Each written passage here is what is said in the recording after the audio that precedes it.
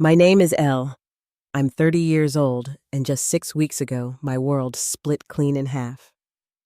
One night, I left $10 million in cash locked in my mother's safe. The next morning, both she and my younger sister were gone without a trace. It's not the kind of thing you expect even when you think you've prepared for anything. I built my own tech company from scratch, fought for every dollar I earned, and when I finally sold it, I thought I could breathe. I thought I could trust the two people who had watched me struggle, who had seen everything. That morning still replays in slow motion. The silence in the house. The safe door wide open. The note left on the counter in my mother's handwriting, thanking me for the gift and saying not to bother looking. I sat on the kitchen floor for an hour, staring at that note like it might suddenly make sense.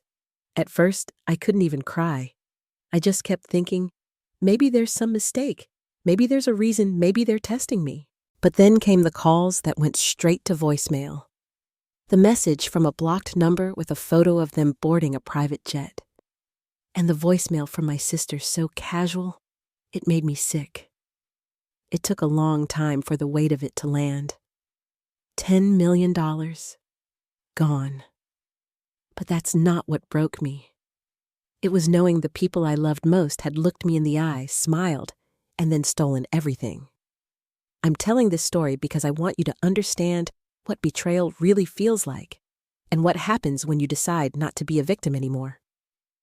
We lived in a tiny 2-bedroom rental on the edge of Tacoma, the kind of place where the walls always felt damp and the carpet never fully dried in winter. My mom worked double shifts at a diner just off the highway, coming home with sore feet and clothes that smelled like fryer grease.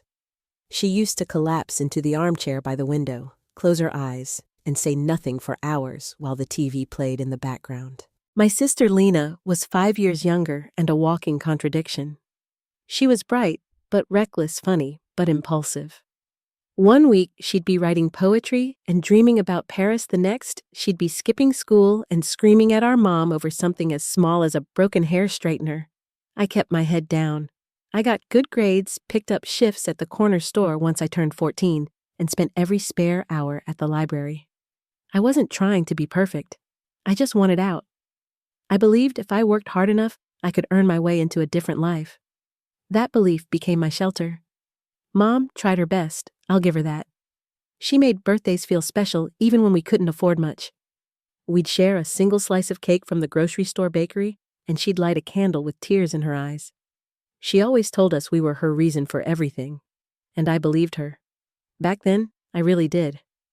We didn't have much, but we had each other. That's what she always said.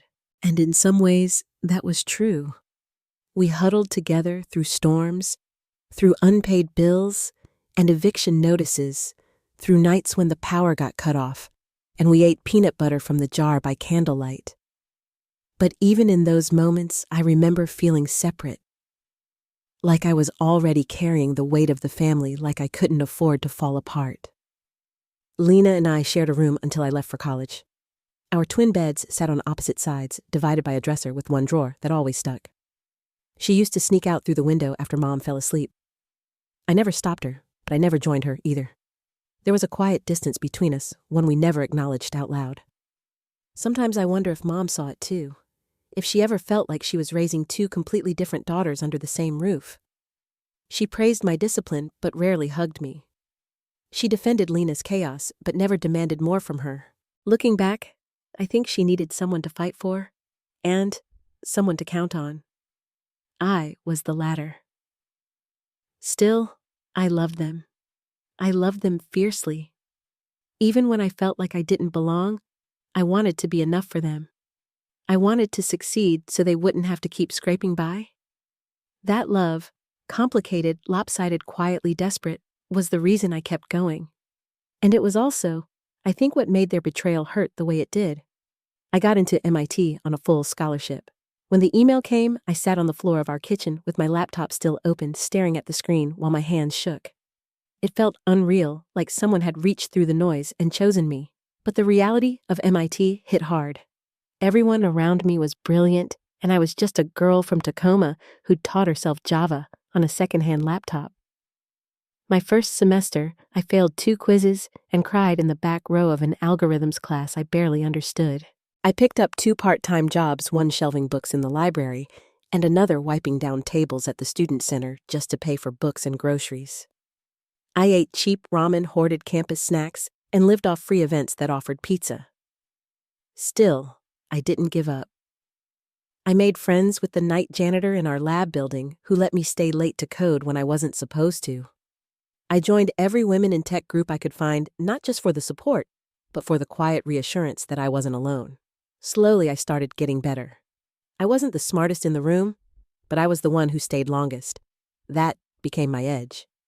After graduation, I landed a junior developer job at a small cybersecurity firm.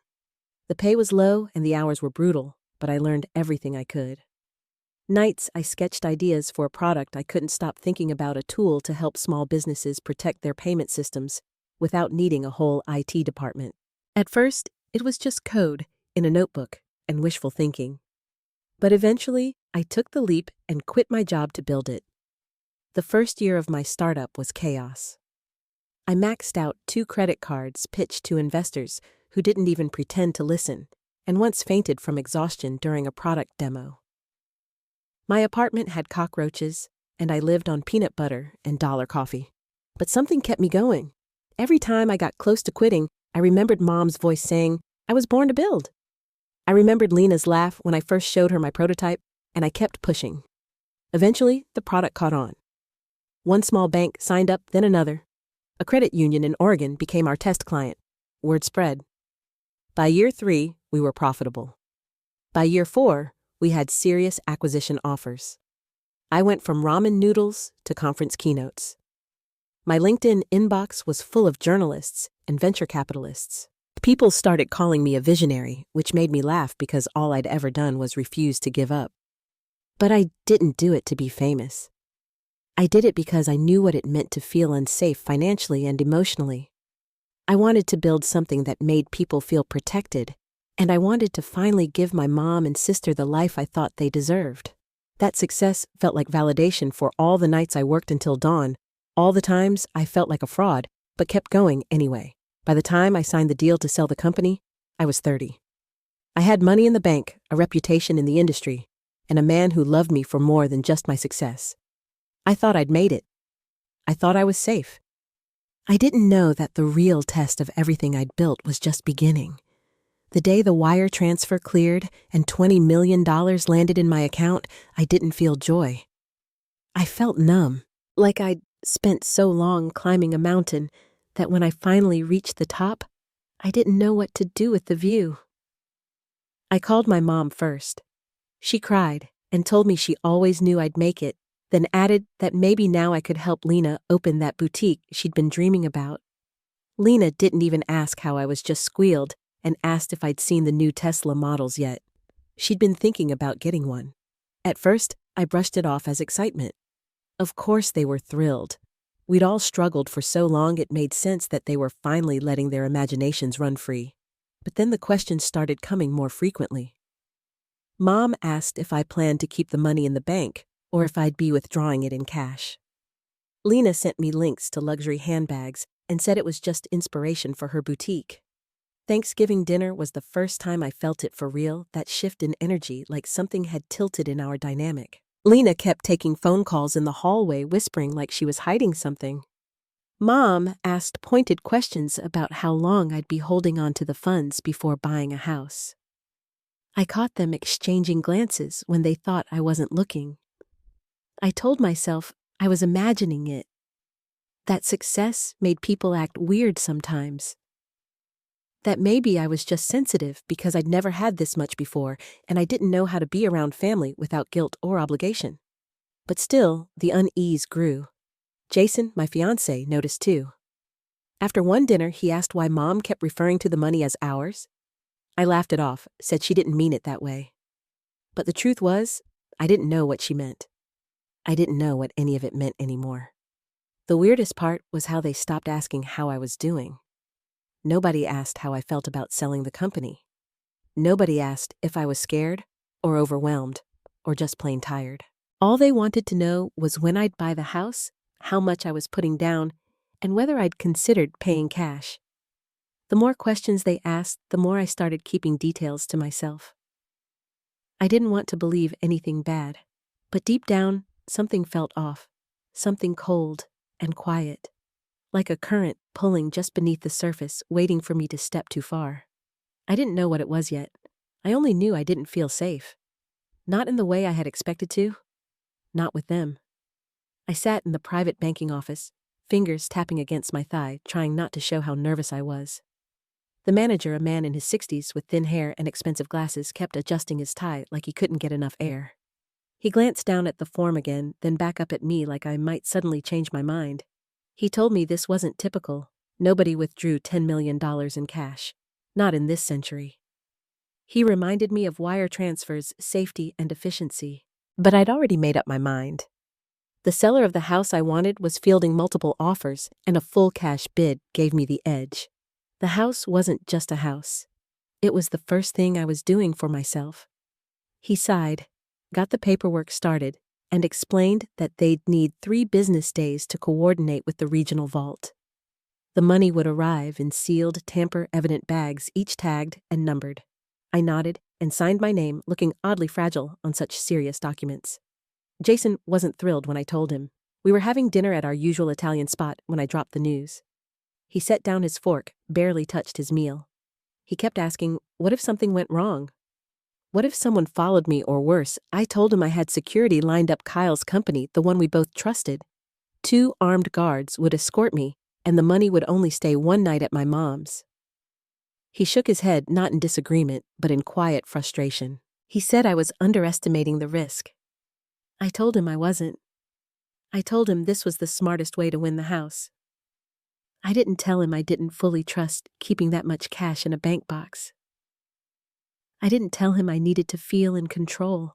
The night before the pickup, I barely slept.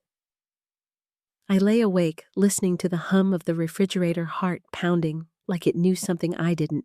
By morning, I put on a black blazer and flats, dressed like I was going to a meeting, not walking out of a bank with more money than most people see in a lifetime. I told myself everything would be fine.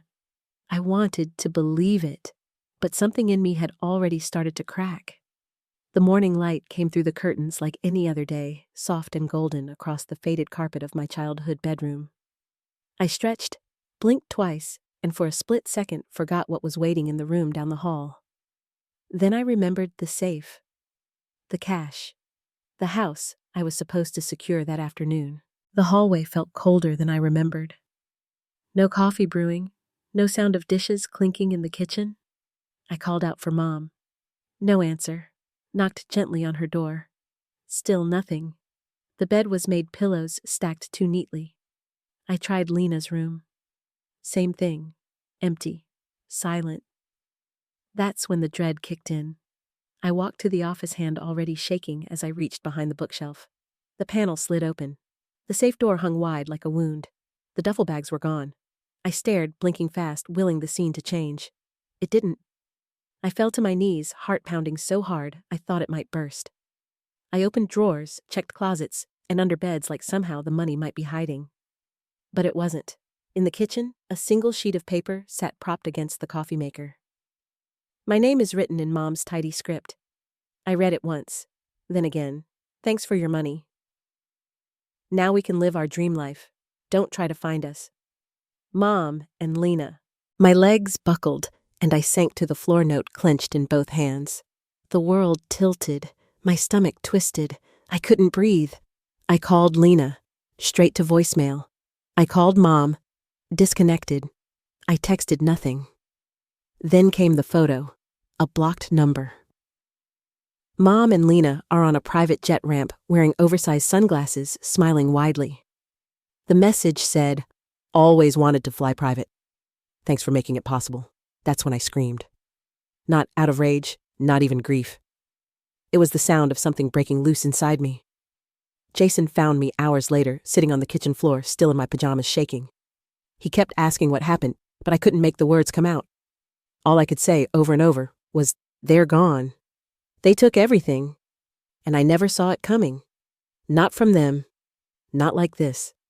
The days that followed felt like moving through fog. I barely ate, I couldn't sleep. I kept replaying every moment leading up to it, looking for signs I should have seen. Every smile, every question, every small shift in tone that now felt like a warning I ignored. Jason tried to be there for me, but the space between us grew fast.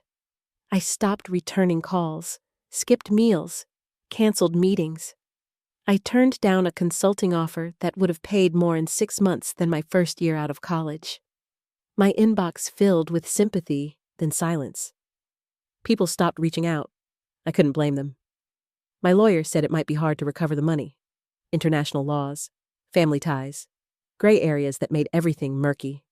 The police took statements, but without hard evidence of fraud, it became a waiting game. Meanwhile, whispers spread in the tech world that I'd been careless.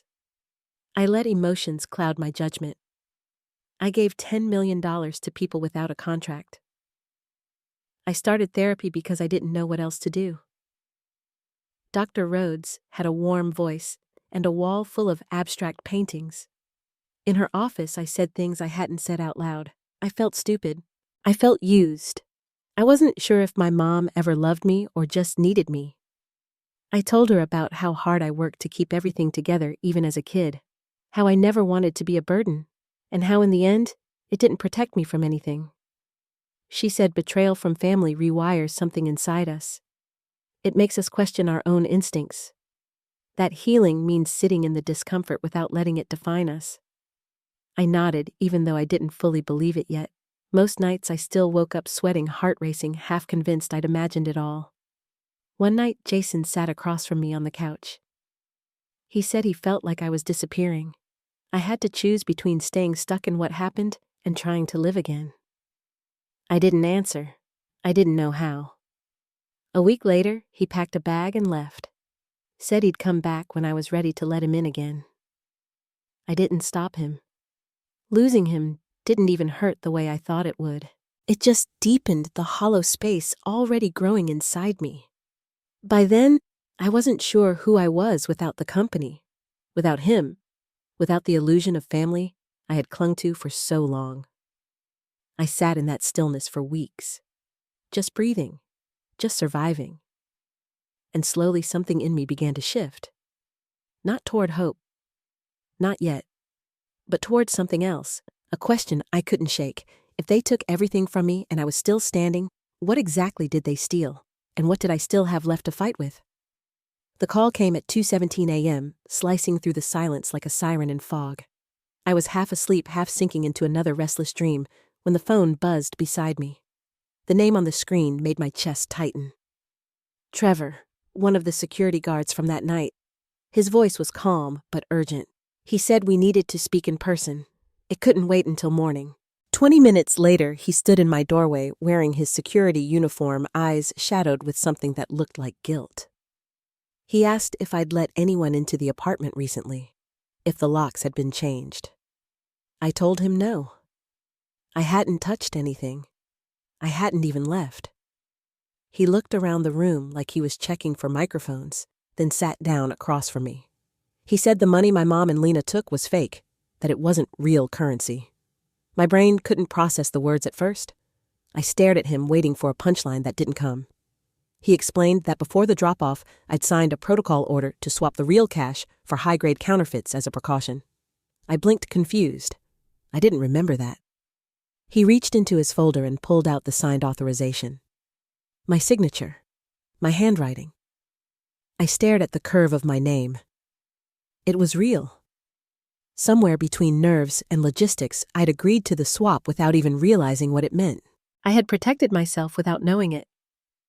Trevor said the real money had been stored in a secure vault ever since, completely untouched. The bills Lena and my mother stole were sophisticated fakes laced with tracking devices. They'd been monitored the entire time. I couldn't speak, couldn't breathe. The silence stretched so long, I thought my heart would give out. Then I laughed, not from joy, from sheer disbelief. After all the heartbreak, after all the therapy and loss, the money was still safe. They had taken nothing but the illusion of power. And suddenly, I wasn't broken anymore. I was alive, awake, angry in the right direction. I asked Trevor to take me to the vault. I needed to see it for myself. I needed proof that for once my instincts had saved me, even if I'd forgotten them. The moment I stepped out of the vault and saw all 3 duffel bags perfectly intact, something shifted in me. The fear didn't vanish, but it got quieter. In its place came clarity. I had spent weeks feeling helpless, dragged under by betrayal. But now I had proof. I had power. And I wasn't going to waste another second playing the victim. I called Haley first, my old operations lead, and the person who knew how to turn chaos into a checklist. Then I reached out to Detective Collins, who had handled the original report. She listened without judgment as I explained everything. The fake cash, the tracking devices, the live location pings. By the time I finished, her tone had changed. She was in.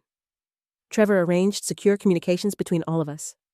We met in a conference room at Kyle's firm, surrounded by maps, laptops, transaction reports, and surveillance stills.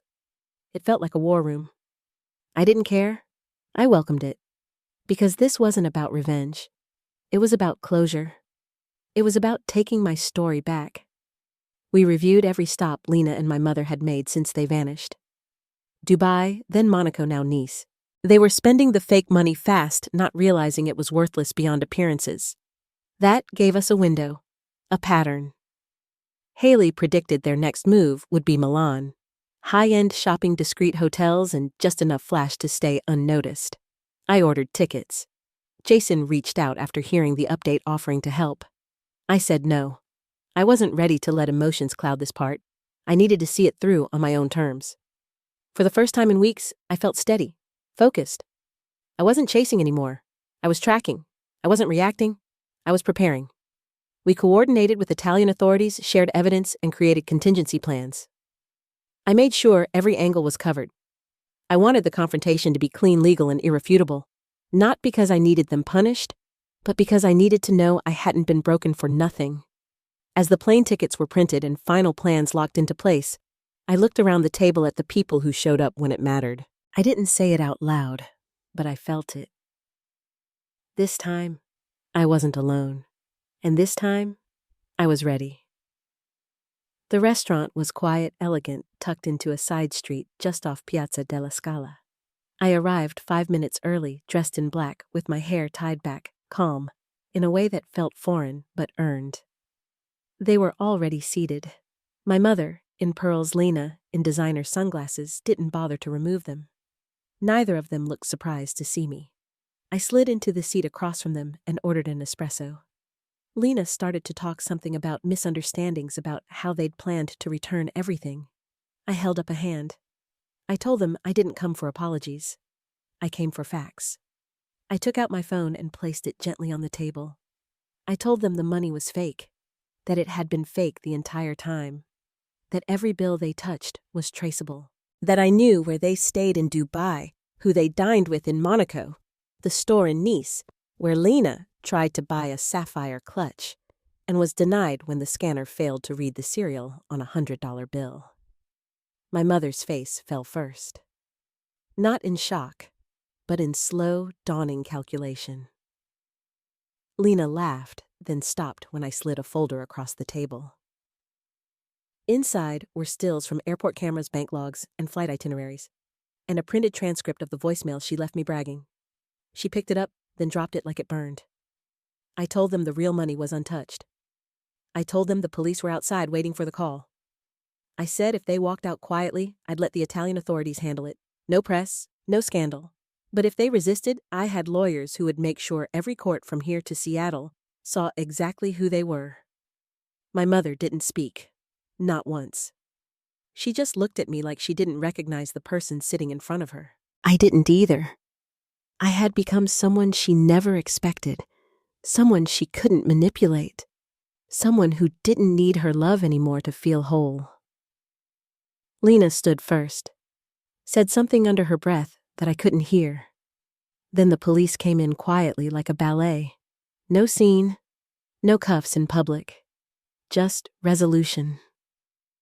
I sipped my espresso as they were escorted out. The bitterness was perfect, clean. When the waiter returned to clear the table, I left €100 tip, real money, real gratitude, and walked out into the Milan sunlighter than I'd felt in months. I bought the house, not the one from before, not the one tied to the betrayal.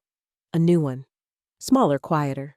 Just outside Napa with olive trees in the yard and light that filled every room like warmth was built into the walls. I planted herbs on the kitchen windowsill, painted the bedroom a soft, stubborn green. It felt like starting over, but not from zero. From strength. Jason came back. We talked for hours, not about what happened, but about who I became through it. He told me he never stopped loving me, that he just didn't know how to reach someone who was drowning and pretending not to be. I told him I wasn't drowning anymore, that I wasn't angry, just tired of pretending I have to be okay all the time. I went back to work slowly, not to prove anything, but because I missed it. I missed building things, missed ideas that started as napkin sketches and grew into real tools, real solutions. I said yes to a speaking event at a Women in Tech Summit, told my story, not the sensational version, but the one that mattered. How betrayal doesn't break you unless you believe it defines you. How survival is quiet and messy and beautiful in its own timing. Some days, I still think about them. About my mom's hands the way she braided my hair before school. About Lena's laugh when she wasn't performing. But the memories don't control me anymore. They're just that. Memories. Pieces of a life that taught me how to read silence, how to trust my instincts, how to rebuild from rubble with grace. I walk a little slower now. I breathe deeper. I forgive myself for not seeing it sooner. And I've learned that loving people doesn't always mean keeping them close. Sometimes love means letting go even if it never feels fair. Especially when it never feels fair. I've lost a lot, but I still have myself. That's not a small thing. That's everything. And if you're watching this because you've been betrayed too, I want you to hear me clearly. What they did says more about them than it ever will about you. You are not the moment they walked away. You are every moment you choose to stay standing. And you're stronger than you think.